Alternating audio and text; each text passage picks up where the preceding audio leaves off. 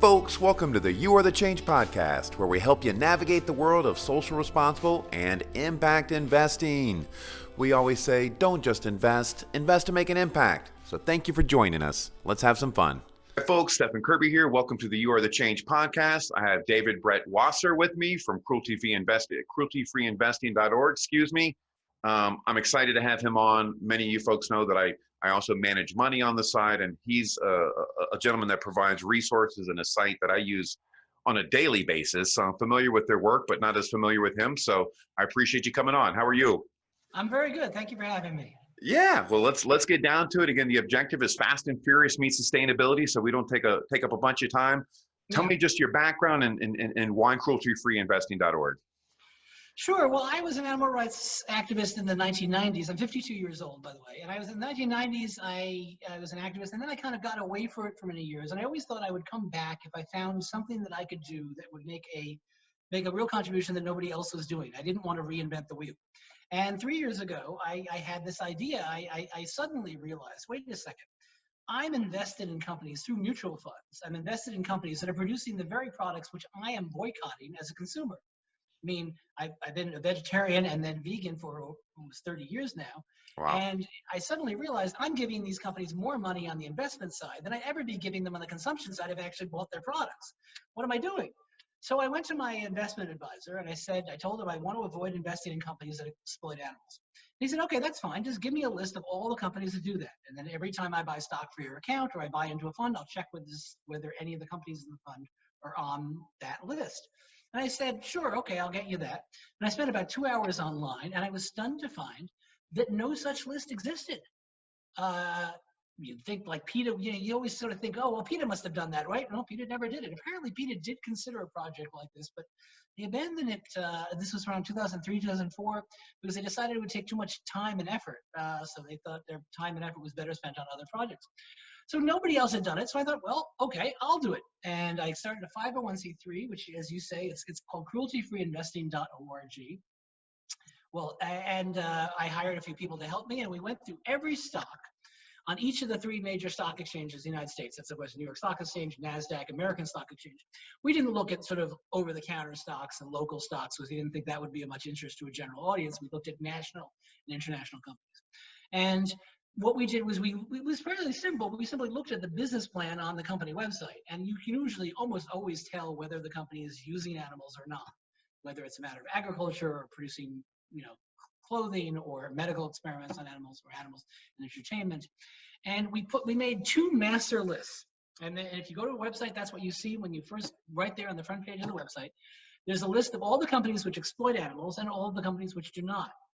Now, the good news as an investor is that 3/4 of the stocks on those three major exchanges are not involved in the animal exploitation industry. In a few cases, there was sort of a gray area, and we also needed to make a distinction between sort of direct exploitation and indirect exploitation. We are only flagging companies which are directly involved in the exploitation of animals. You could argue that banks and other financial services companies are involved in the exploitation because they lend money to companies which do that. But we decided that that's sort of an indirect way, not a direct form of exploitation. And so banks and that kind of company are not on the list of companies which exploit animals. But the good news is you can go to our website and it's all arranged by alphabetical order. If you want to skip ahead, you can click on one of the any letter of the alphabet, or you can go to all the companies which start with that letter, or there's a search box and you can type in the company ticker symbol or the company name, and it'll take you to that company. And you will see information about how the company uses animals, and if there are any news articles about the company's use of animals, we provide a link to it if we could find an article. Sometimes there were no articles about that, and in a few cases we set this website up 2 years ago. There's maybe a few articles which have now gone dead. We have to figure out what are the dead links. But don't worry about that. Most of the information from those part is all there. And as an individual investor or a financial advisor, if you have a client who cares about this and who's asked you to avoid investing in companies that exploit animals, this information is all free and it's available to anybody who wants it. We are a 501c3 nonprofit. We're not selling anything, and we're actually even taking donations right now, although that might change in the future. So the information is all there. Let me also explain. Not only is it arranged alphabetically, but also you can sort the information in different ways. You can sort it by the individual stock exchange. You can sort it by industry sector.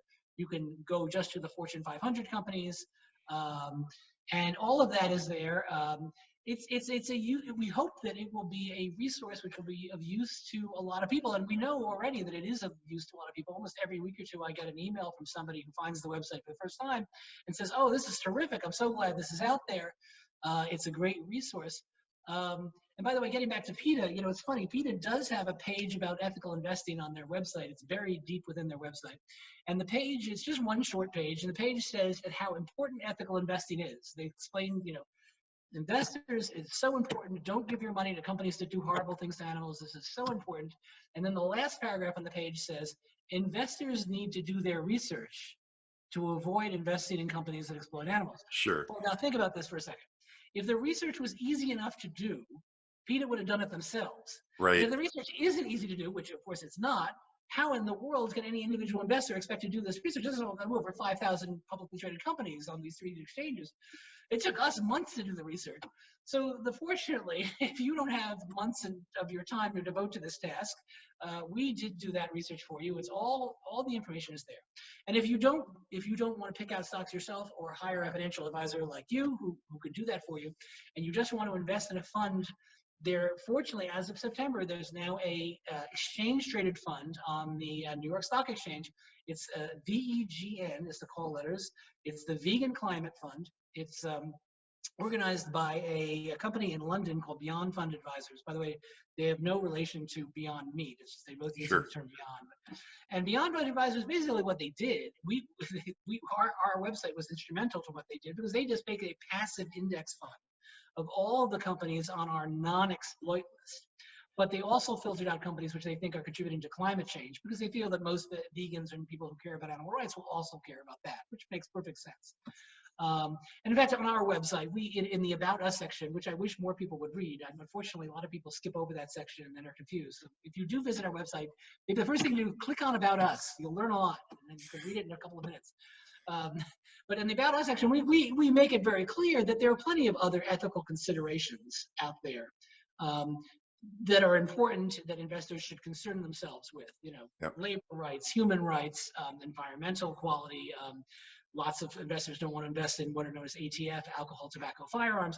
All of those, we're saying those are all worthwhile causes, but they're outside the scope of what we do. Our website is solely focused on whether a company exploits animals or not.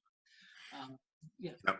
Well, I was going to say, and not just a plug for myself, but I'm going to plug myself and I'll plug some other folks on there. There's an actually entire page of investments on the cruelty-free-investing.org site that lists other folks like Beyond Investing. I know Brenda Morris, who's a good friend of mine. She's got a portfolio on there.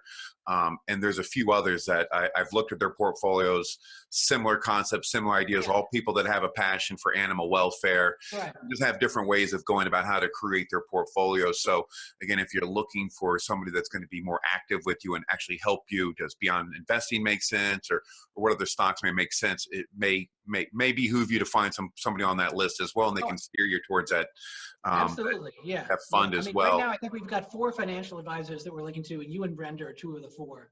Yeah, it's a great group, and it's a small community. You'd be amazed of all the financial advisors out there that you go to your page and you see 4 or 5 that are specializing in animal welfare, which is, again, the importance of this conversation.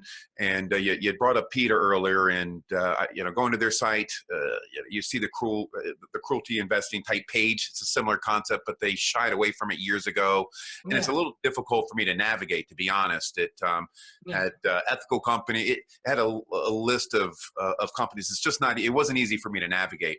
But what they did mention on there, a similar thing, is they mentioned another mutual fund who I'm good friends with the folks there. I like what they're doing, but there's other groups that aren't doing it the same way you're doing it. For example, some of these funds are actively managed, and they would incorporate companies in their portfolio that wouldn't be on your list.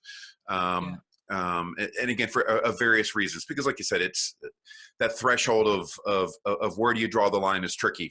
For example, one of the ones on your site that 1-800-Flowers. So 1-800 Yeah, Flowers would be considered a cool company because they deliver meat and cheese type products in their portfolio. Is that pretty fair right, to say? right. You're right. So we're right. We basically, it's pretty straightforward. It's any company which manufactures animal products or sells animal products. And by the way, 1-800-Flowers is right. It's the first company there because it's an alphabetical order, and the Yeah. 1-800 puts it before the letter A. Right. So it's a funny thing. One of the things that people have such short attention spans, and sometimes people go to a website and they only spend 15 or 20 seconds looking at it. And a few people have emailed or have told me, boy, I'm surprised that 1-800-Flowers would be the worst company for animals. Oh no, it's first in the alphabetical order. Well, speaking of worst companies, another thing that you saw, I did a couple YouTube videos talking about some of the cruelest companies out there. Yeah. And we had a brief discussion about before we started the podcast, and one that came up with was Charles River Labs. Can you tell us Yeah. about the little bit that you know about them off the top of your head? Charles River Labs, as far as I know, breeds, I think, more than half of all animals that are used in medical experiments. They're not the biggest breeder of dogs. A company called Covance is the biggest breeder of dogs. But Charles River Labs overall is the worst. And I think it's Charles River in Boston, I believe. I think they're a Massachusetts-based company. Yep. And they are, right, I often wonder which is the most cruel company in America. Is it them or is it, one of the meat companies? And it's hard to say because it's hard to make subjective evaluations of the level of cruelty. That's a notoriously difficult, whether you're talking about animals or humans. It's hard to say which is most cruel. Is it the greatest number, cruelty to the greatest number, or is it cruelty in terms of the actual pain inflicted? But you can make an argument that Charles River Labs certainly is the most is the worst company, and we've had them on our list. If you go to our website, we've got a tabs on the top, and one of them is 10 worst. If you go on that, you'll see the list of what we consider to be the 10 worst companies. And there's a detailed description of what they do to animals. And Charles River Labs, Cal-Maine Foods is another one of the worst. They're one of the biggest egg manufacturers in the country. I think they control about a third of the nation's egg market. Sure. And, here's a fact about the egg market that many people don't even realize. Plenty of chickens in that die because their legs are so weak they starve or to death or they die of dehydration because they can't get to the part of the edge of the cage where the water and the food are. Their legs are broken, and so they're immobilized in one end of the cage, and they can't even move a few feet to where the water is, and so they die of dehydration on the other side of the cage. I mean, that's common practice in this industry, and it's just from the perspective of a company like Cal-Maine Foods, it's just the cost of doing business. Sure. Well, yeah, I think, and we've had that discussion. I think chickens and that section of the animal welfare is underappreciated in the sense of the amount of cruelty and what takes place in there. You had mentioned earlier your first visit, talking with a financial advisor, saying, "Look, here's my goals, objectives. I want to align my values with my portfolio." What's your experience with that? And historically, I guess, just in general, hearing from other folks, what has been the feedback from financial advisors or other folks that feel like maybe this is an area that's being unrepresented in the financial community? Oh, absolutely. We've got nothing but good feedback from financial advisors. They're very grateful that we've done the research for them. It would take an awful lot of time to do it. In fact, I've often thought that companies like Merrill Lynch and Payne Weber and others have done a lot of this research themselves for a few wealthy clients that they happen to have, but they're not sharing that research with anyone because it's proprietary. Their research, they consider their research proprietary, and it's not in their business interest to share their research with anyone else. So, in fact, this research, what we have done and put on this website and made available to everyone for free, may very well have been done in one form or another by some of the large investment banks, but it's of no use to the average investor because you have to be a customer of that bank to have access to that information. But yeah, financial advisors, I think, are certainly using, I think that this is largely an issue which is a blind spot for most vegetarians and vegans. Certainly, and I say that from personal experience. It was for me. I've been invested in mutual funds for 30 years. I've been a vegetarian and then a vegan for 30 years, and I've also been invested in mutual funds for that long, and I never made the connection between the two until fairly recently. And this project, Cruelty-Free Investing, is a result of that connection. Well, it's funny. Recent vegan, it's only been 3 years for me, but that was the first one of the first things that hit me, because this is what I do for a living, Yeah. was okay. Now that, and again, same thing, dawned on us, we're at the store, and the fact that we weren't putting meat into our cart. It's like, well, how much meat did we not buy? $5 worth, Right. Right. $10 Yeah. worth. But Yeah. now we're Yeah. going to save $500 into our retirement accounts, and that's going to be into Dean Foods, Tyson's Chicken, LabCorp, a number of these other companies that we would never ever want to support outside of that. I know. So to me, it is a blind spot, and my theory, which is why I do this and do what I do, is people want to make that change, they just don't know how. Yeah. That's So right. That's right. if they had access to what you're trying to do, I guess, which will lead to the next question, and we're running out of time here, would be, again, advisors. So I want to encourage them for you. If you're working with clients that talk about animal welfare, utilize the website. I mean, yes, we could figure this out on our own, but why on earth would we? It's structured in such a simple format. Yeah. It's easy. Again, you can click on whatever the company is, and then you list the reasons why it would be on that site, which I think is important, because some folks may say, you know what, Flowers, yeah, it's delivering meat and cheese. Okay, maybe I'll let that one go. That's fine. That's up Right. to the Right. individual investor to make that determination, but having And access to that information is we've done that in a few cases. I mean, look, like a company like Apple, the huge company, 99.99% of what they do is completely free of animal exploitation.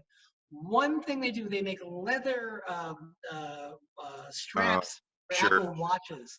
And actually, a couple of people, we decided to overlook that because it was such a small part of their business.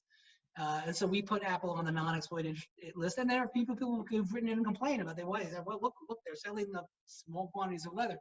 Yeah, I mean, there is a gray area like that, and sometimes you just have to make decisions that are, that are in the best interest, and it isn't necessarily going to be perfect. Another thing we say on the About Us section is there's always a potential that we made a wrong judgment about one company or another, and if you think that we made a wrong judgment, feel free to contact us. I mean, and there have been a few cases over the last couple of years where we have changed the whether a company belongs in one list or another, because we reevaluated where we stood on it.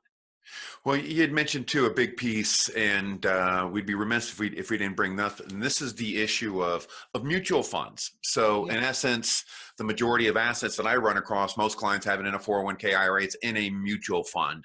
So being able to pick individual equities is more difficult, and that's why I think it's important. Use that investing list. Go and find somebody, if you've got outside assets outside of your 401k, it's an IRA, whatever it may be. Find somebody that can work with that and actually go through that with you, and then you can determine what companies you want to utilize in there. But the problem with mutual funds right now is they're not taking animal welfare into consideration. I mean, is that a pretty fair statement? Oh, absolutely. Look, and it's unfortunate because there are other things they are taking into consideration, but not that. Look, what happens with mutual funds is that you get a quarterly or biannually or even annually, you get a booklet in the mail. And if you open the booklet, the first page tells you how the fund has done over the course of 6 months, 1 year, 5 years, 10 years, and you see how it does compared to benchmarks. And I think most people who own mutual funds open that booklet, they look at that chart to see where their fund is compared to other similar types of funds and other kinds of investments. But if you turn the next page, then you start seeing the list of all the companies the fund is invested in. But most people don't bother turning that page. It's just most people are only concerned with how the fund is doing, and it's important. If you want to be an ethical investor, you got to be concerned with more than just the bottom line. But but that's an important point that I want to bring up, which is a lot of people have asked me, well, if I do invest ethically, am I going to take a hit financially? Is there lower growth prospects? Is there a lower, revenue or dividends? Our research, and there are a lot of different ways of looking at this issue, depending on how far you go back and which stocks you consider. But the research seems to show that there is no loss in revenue if you invest ethically. There really isn't. And in fact, the VEGN fund, they have gone back and compared the history of the fund to the history of the stock market, and they found that overall their fund does a little bit better than the market average. Index fund, they said index investing is over the long haul is probably better than individually picking stocks. And this, if you do the VEGN fund, you can be pretty confident that it's not going to do much significantly better or worse than the market as a whole. You bet, and that's a great point. I mean, we use a little bit of what they do as our research as well, in combination with what you folks are providing, and a number of other resources. But if you look at the VEGN ticker, it's got about 200, I want to say 270 plus positions, right, somewhere in that range too. Well, let's Yeah, just say yeah, over 200 positions.